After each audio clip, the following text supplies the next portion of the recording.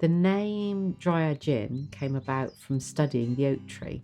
So I've always had a fascination with oak trees. Even when I was very little, I planted over 100 in Alliford Woods when I was very young. And I've always had a massive connection to the oak tree. I wanted to make a gin from oak bark. When I started to look more into the oak, and I've always been interested in things like mythology, I discovered that the oak tree is very related to the dryad. The dryads were the tree spirits that live in the oak tree. For me, when I started to actually make gin, I started to think about, for me, that was like a new energy. That was a sort of new possibility.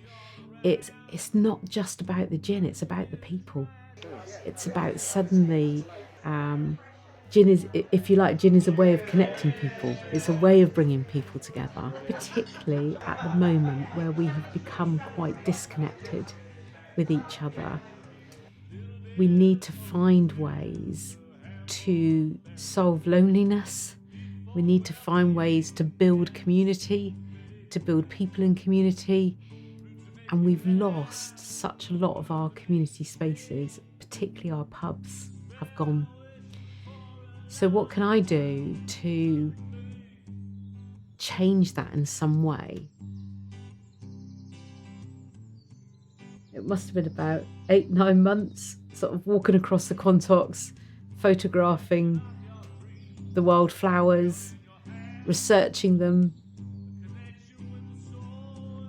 In order to have the oak distilled, the oak bark distilled in the gin, we've had to kind of offset some of those tastes.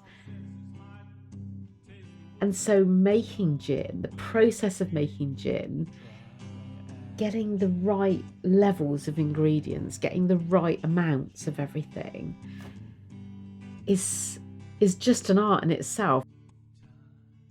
I do feel like a bit of an alchemist when I start kind of mixing recipes. You know, I feel like I'm kind of playing with nature, really. But I love working with those botanicals and just sniffing them and leaving them overnight and seeing what they smell like. But as you can see on this film, you know, I'm sat in the kitchen. This is a very small cottage industry. We're going to be very, very small batch. But it would be nice if we could sell that gin and then, you know, play around with some of the other ingredients based on what we're seeing grow on the hills, like the gorse at certain times of the year, or the blackberries that are up there at the moment. And that would be really nice to start to play with those. You know, we've had some wonderful gin tastings here where everyone's quite a novice, but we've just tried to go, you know, what do you think of this? Does this taste any different? What happens if you just add a little bit of this? It's all of the ingredients, the love, the laughter, the creativity that's gone with making it. I don't know any other gin that's actually got a song that is connected to it as well. So you can literally listen to the Dryad Gin song and drink it at the same time.